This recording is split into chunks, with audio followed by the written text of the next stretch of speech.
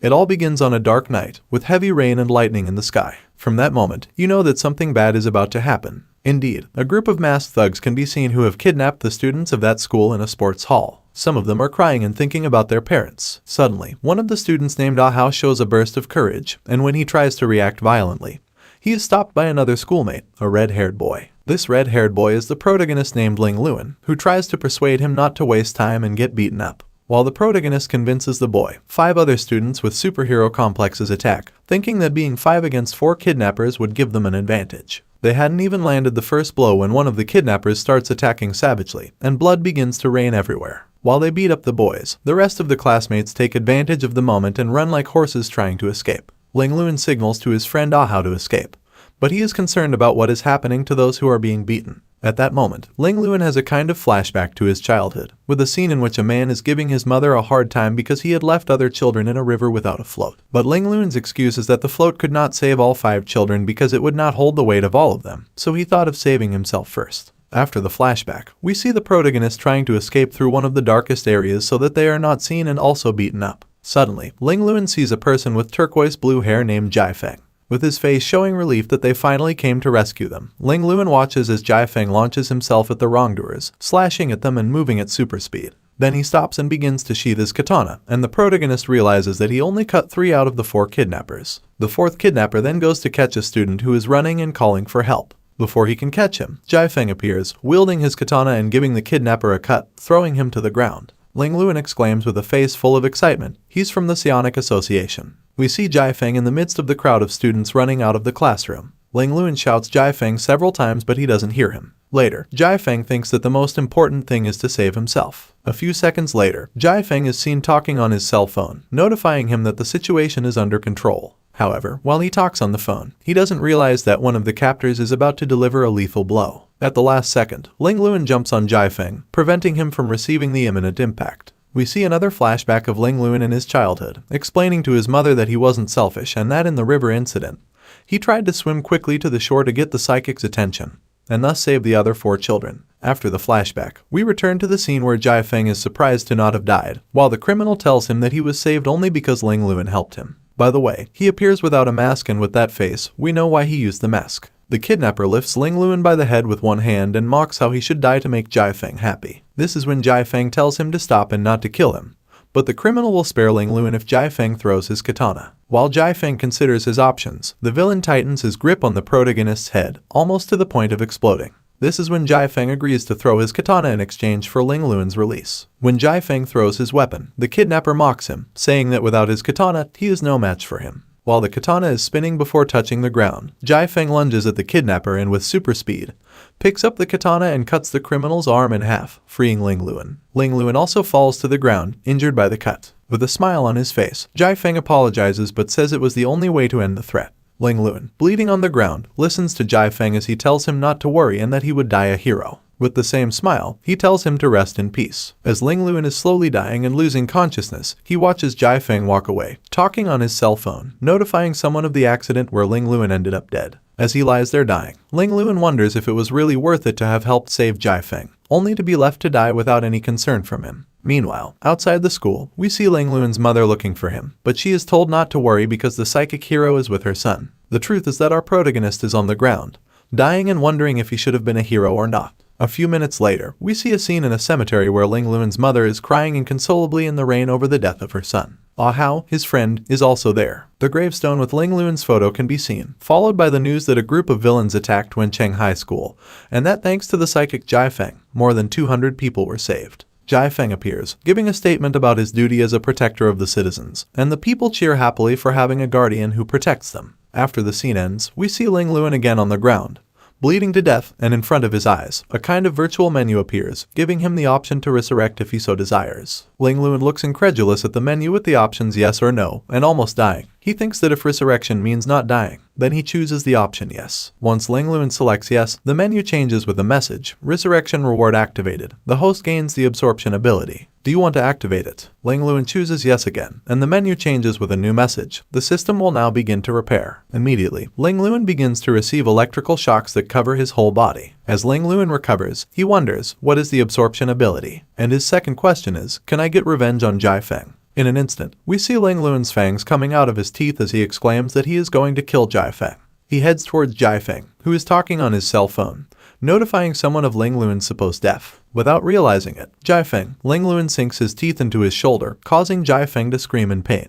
We can see Jai Feng's red blood cells and DNA, and the menu appears again, with the selected target being Jai Feng and the absorbing abilities line enable, highlighting Shadow Step, Snake Cut, Crow Hang, and Breathing Method, and the level of each ranging from Beginner, Advanced, and Maximum. Surprised Jai Feng, thinking that Ling Luan was already dead, unsheathes his katana, but Ling Luan had already activated the Shadow Step ability. Just as the katana is about to cut his face, Ling Luan moves so quickly that he is not harmed. The menu appears again with the message Successful Absorption, Max Level. Ling Luan is surprised to have acquired the Shadow Step ability, but he doesn't have much time to think because Jai Feng is attacking him with his katana, trying to kill him. However, Ling Luan is much faster and moves in all directions without being hit. While Jai Feng is in the fight to annihilate Ling Luan, a genetic recombination process begins in Jai Feng's DNA. Suddenly, Jai Feng becomes immobile and sheathes his weapon in front of Ling Luan, who looks at him in disbelief. Then, the menu appears again with the message Second Ability, Manipulation Completed, First Slave Acquired. Jai Feng exclaims Master, and Ling Luan is still in shock and does not understand what has happened. The menu describes the abilities and benefits of biting someone, but Ling Luan thinks it was just a bite. He starts to talk to Jai Feng, who responds to everything with I'm sorry, Master. However, Ling Luan does not want to be called Master and accuses Jai Feng of potentially causing his death. Jai Feng admits with great shame that the sacrifice of some is necessary to eliminate a greater evil. This response does not please Ling Luan, who wants to see if Jai Feng will really obey him completely. He orders Jai Feng to take his own life, and Jai Feng reacts by drawing his katana. Just as he is about to slit his own throat, he is interrupted by Ling Luan, who decides to forgive him even though he may have caused Ling Luan's death. Then Ling Luan comes up with a prank to play on Jai Feng, ordering him to take off his pants so he can film him with his phone and show it to everyone. A photo shoot begins, similar to a model catalog, and Ling Luan mocks him with every photo he takes. When the joke is over, a beautiful lady enters the room and sees Jai Feng without clothes and Ling Luan taking pictures, making for a very awkward situation. Ling Luan orders Jai Feng to get dressed while he explains to the lady that it was a misunderstanding. However, she is only looking for Jai Feng and recommends that Ling Luan leave because they are looking for him. The next day, we see the building of the Psychic Association, where we see the same young woman with reddish hair talking to Jai Feng, who asks him uncomfortable questions about what happened the previous night. She looks at him with a gotcha expression, but Jai Feng tells her it's not his problem. She then changes the subject and asks him for a report for the press conference. Meanwhile, we see Ling Luan in his classroom receiving a notification that his ability was only temporary and that he needs to have redeemable points to have greater abilities, but he doesn't know how to get those points. He falls asleep at his desk, and his teacher wakes him up by hitting him on the head. Ling Luan explains that his tiredness is due to not sleeping well because of the kidnapping, but the teacher tells him it was just an accident, and that they are protected by psychics. Ling Luan thinks of one of his conspiracy theories and tells the teacher that the kidnapping happened during the shift change, and only the teachers know the shift schedules. When the teacher asks what he means, he is interrupted by one of Ling Luan's classmates, one of those who thinks they're tough because they have green hair. He says that Ling Luan thinks the teachers conspired with the kidnappers to hold them hostage, and as a result, he is sent to the corner for punishment. After class, they are all talking, and the green-haired student makes fun of Ling Luan for not being there the night of the kidnapping to help save everyone. He calls Ling Luan selfish and says he only wanted to save himself. The other classmates agree, and at that moment, Ling Luan receives a message with 10 points added. He still doesn't understand how the points are added up. His friend Ah Hao decides to confront the green-haired student, who is called Wang Tian, but Ling Luan reacts faster by slapping him. Then Ling Luan receives a notification that he has gained 5 more points and realizes that he gains points when something offensive happens to him. Wang Tian gets angry and tries to hit Ling Luan back, but Ling Luan moves quickly and runs out of the classroom before Wang Tian can use his family technique called Thunder Palm. Later we see Ling Luan eating in the school cafeteria and his friend enters, asking him how he can eat so calmly after what just happened. Ling Luan simply responds that he is very hungry and they start talking about what the protagonist will do. It is then revealed that the school is an academy for young people who can develop their powers and become psychics. The conversation continues about what the future holds for the protagonist. Elsewhere, representatives from the Psychic Management Association give a press report, and while Ling Luan and his friend are still in the cafeteria, they see on television the news of the event from last night. The presenter announces that Jai Feng will explain the events, but the young woman with red hair appears and announces that Jai Feng will not be able to attend as he is in intensive care due to multiple injuries received during the attack while rescuing hostages. Ling Luan remembers that Jai Feng wasn't so badly injured, but then receives a notification that Jai Feng had died. The young woman continues to say that Jai Feng will be in recovery and is unable to make statements for the time being. Ling Luan wonders if Jai Feng was really killed because he was going to tell the truth about what happened. Later we see Ling Luan in his room, walking and thinking about whether they will discover who the protagonist is. He also knows that he must be more careful with his biting ability. He then leaves his room and tells his mom that he is hungry, but notices that something is off. However, he doesn't have much time to think about it because his obese neighbor Kun knocks on the door several times and asks how much they invested. They turn on the television and see the news that the pharmaceutical company Quanjian had cheated many merchants, and they were all protesting to get their money back because the products supplied were of poor quality. Returning home, neighbor Kun apologizes to Ling Luan's mother for making her invest in buying low-quality products, using the inheritance left by Ling Luan's father. While Ling Luan's mother cries in worry, the neighbor hits herself in shame and explains that she convinced Ling Luan's mother to invest in these products to enhance the powers of those who consume them. As Ling Luan's mother was worried since Ling Luan was the last one to come out during the kidnapping, she wanted him to develop his powers quickly and become stronger. After that, to calm his mother, Ling Luan says he will visit his friend from school. When he leaves, he goes to where the protest was taking place. People were demonstrating, and he avoids the crowd, making a super jump over the wall of the closed company. He walks through various offices until he reaches the general manager's office, where he starts looking for any clue to find information on the scammer or his accomplices, but finds nothing. While he continues to search for any trace, he hears footsteps, and when he turns, he sees a skinny guy with glasses who claims to be the leader of the protest. The leader asks him how he got in, and Ling Luan says he found an open back door and just wanted to help find some clues. A few seconds later, he receives a notification that he has received 1 point for integrity from Liu Ben, leaving Ling Luan surprised. He asks, "Are you Liu Ben?" And Liu Ben responds yes. Ling Luan pretends not to know him and does not respond. Then he receives a notification that he has earned 1 point for disliking Liu Ben. Ling Luan thinks about why he dislikes him and decides to ask him about how he got in and what he's doing there. Liu Ben responds that he also got in through the open door. Ling Luan continues to talk about the people who run the factory and hopes that karma will come to them. Liu Ben only nods, and Ling Luan receives another notification of 2 additional points for disliking Liu Ben. Then Ling Luan confronts the supposed leader of the protest, telling him that he is one of the accomplices. In seconds, he receives another notification of 2 more points. Liu Ben tries to avoid the topic, but with the points he has earned, Ling Luan activates his ability to absorb, and in a careless moment from Liu Ben, he bites him on the neck, gaining access to Liu Ben's abilities. He realizes that Liu Ben is an acting teacher. Liu Ben then begins to insult and accuse him, saying he will sue him. However, before he finishes his sentence, Ling Luan uses the phrase "I love you," and Liu Ben is now under his control. Ling Luan starts asking him questions to get information, then orders him to take him to the scammer. Some time later, we see a luxury hotel where we see a fat man in a robe showing a psionic piece of great value in the market to a companion lady. They talk about how long he will be hidden, but he explains that it will be for a short time. He also boasts of having 6 bodyguards that no one can beat. Moments later, Ling Luan arrives in the elevator with his slave Liu, and they are received by the 6 bodyguards. However, Liu indicates that they are together, and they greet the fat man in the robe who is President's son. Ling Luan closes the door, leaving the 4 of them alone in the room.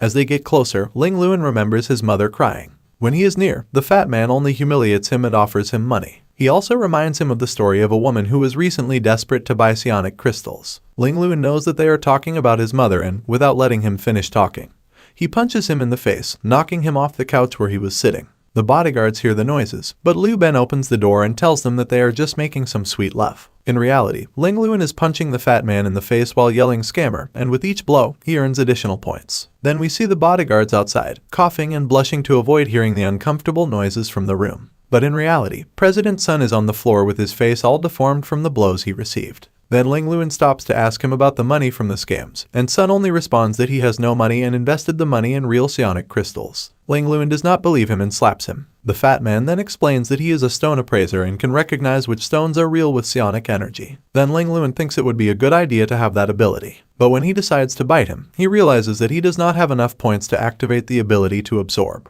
So he looks for a way to earn points to recharge his balance and asks his slave Liu Ben if the bodyguards are psionics. Liu Ben responds that they are normal people without powers. Ling Luan has the idea that Liu Ben should fire them and tell them that he replaced them. This way, he will earn points for anger. While this is happening, Ling Luan finds the crystal that the fat man had in his hand. The fat man tells him that it is a powerful crystal. Then Ling Luan thinks, well, if it's so powerful, it will surely make me recover all the energy I need. Without thinking much, he swallows the crystal. Seconds later, we see Ling Luan with a face that shows he has eaten something spicy and exclaims, "I can already feel the power." But the bodyguards open the door, holding Liu Ben by the neck, looking for trouble with Ling Luan because they were fired because of him. Now we see a flash of information from the escort company. They are called GUEPARDO Security. They also explain that they are mercenaries with unique abilities, and we discover that the president, Sun Chenggong, is 46 years old and paid a lot of money to this company to protect him. Then we return to the present, where we see him with a swollen face from Ling Luan's blows, followed by the 6 bodyguards all unconscious on the floor of the room.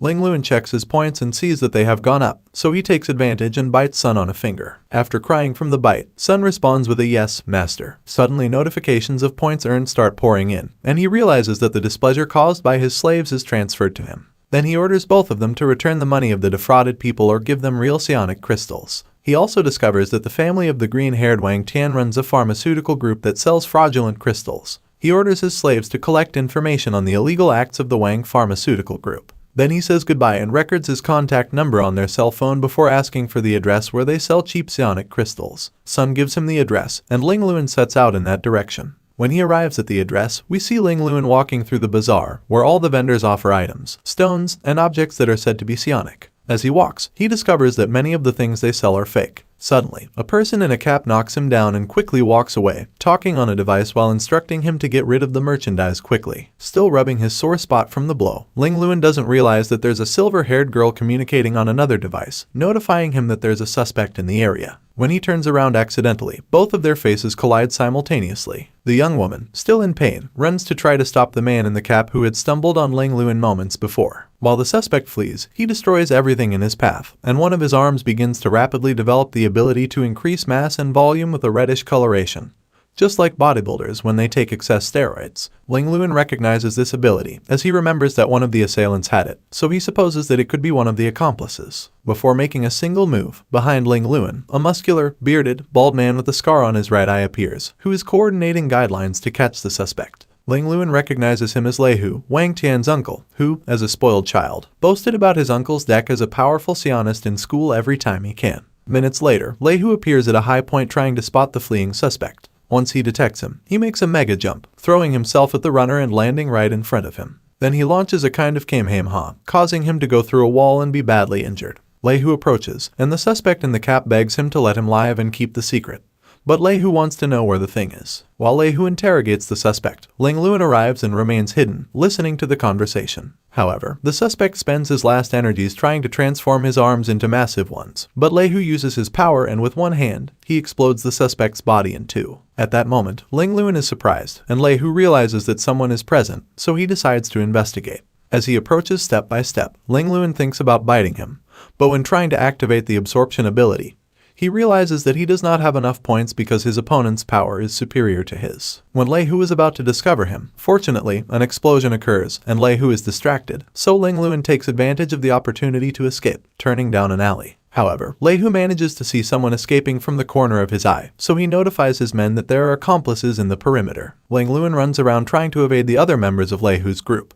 But as he tries to flee, he realizes that he is running out of options. At the last moment, he finds a path that turns out to be a dead end, unfortunately, the only place that Lei Hu and his group have not checked, and they are precisely heading there. Ling Luan experiences moments of anguish, and just as the group is about to arrive, hands grab him from behind and cover his breath. The group, along with its leader Lei Hu, bursts into the site and realizes that no one is there. Ling Luan wonders how it is possible that they cannot see him. As he thinks this, he realizes that it is the young woman with silver hair, who has a credential that says she is an inspector and her name is She-100. Being camouflaged, Lei Hu hits the wall in frustration because he thinks they have escaped the accomplice. However, he is notified by one of his men that they have found the accomplice, and they all leave the site. Being alone, the inspector releases Ling Luan, who tells her that she was choking him. He thanks her and asks if she is a psionist. As they walk together, Ling Luan tells her that Lei Hu knew the assailant and also killed him. She only tells him that he must have evidence because Lei Hu is a recognized member of the association, and the inspection division that oversees psionists is very strict when it comes to investigating. Ling Luan thinks for a moment and responds that if he gets the evidence, then he will present the case. The next morning, we see Ling Luan entering his school while he thinks and analyzes all the information he has about the case. As he walks towards his classroom, he sits in his seat and wonders why it is almost empty. Then one of his classmates enters and informs another student that Ah Hao and Wang Tian are fighting in the field, and most of the students are there. In the field, many students can be seen watching the fight. Suddenly, Ah Hao hits Wang Tian in the face and indicates that the fight is over, but Wang Tian is not finished and wants to continue. Ah Hao tries to retire, but other classmates push him. At that moment, he receives a punch in the face from Wang Tian. Then, enraged, he insults him. Ah Hao tries to punch him, but Wang Tian stops him. At that moment, Wang Tian charges up his energy and is about to land a decisive blow. Out of nowhere, with lightning speed, Ling Luan appears in the field and knocks down Wang Tian with a kick. Everyone is surprised. Then, while Wang Tian reacts and gets up from the ground, Ah Hao and Ling Luan wonder what will happen. Everyone in the field is surprised by how Ling Luan managed to kick Wang Tian's butt, as he is supposedly the strongest in the school. Enraged, Wang Tian gets up from the ground and runs towards Ah Hao and Ling Luan. As they discuss what plan to make to defend themselves, Ah Hao asks Ling Luan to teach him the super kick. Then Ling Luan tells him it's a difficult trick and it's a matter of concentration and focus. After finishing explaining, he starts running in another direction, leaving his friend alone. Wang Tian starts following him, but two friends of Wang Tian intercept Ah Hao. Ling Luan quickly runs until he reaches the roof of a building under construction.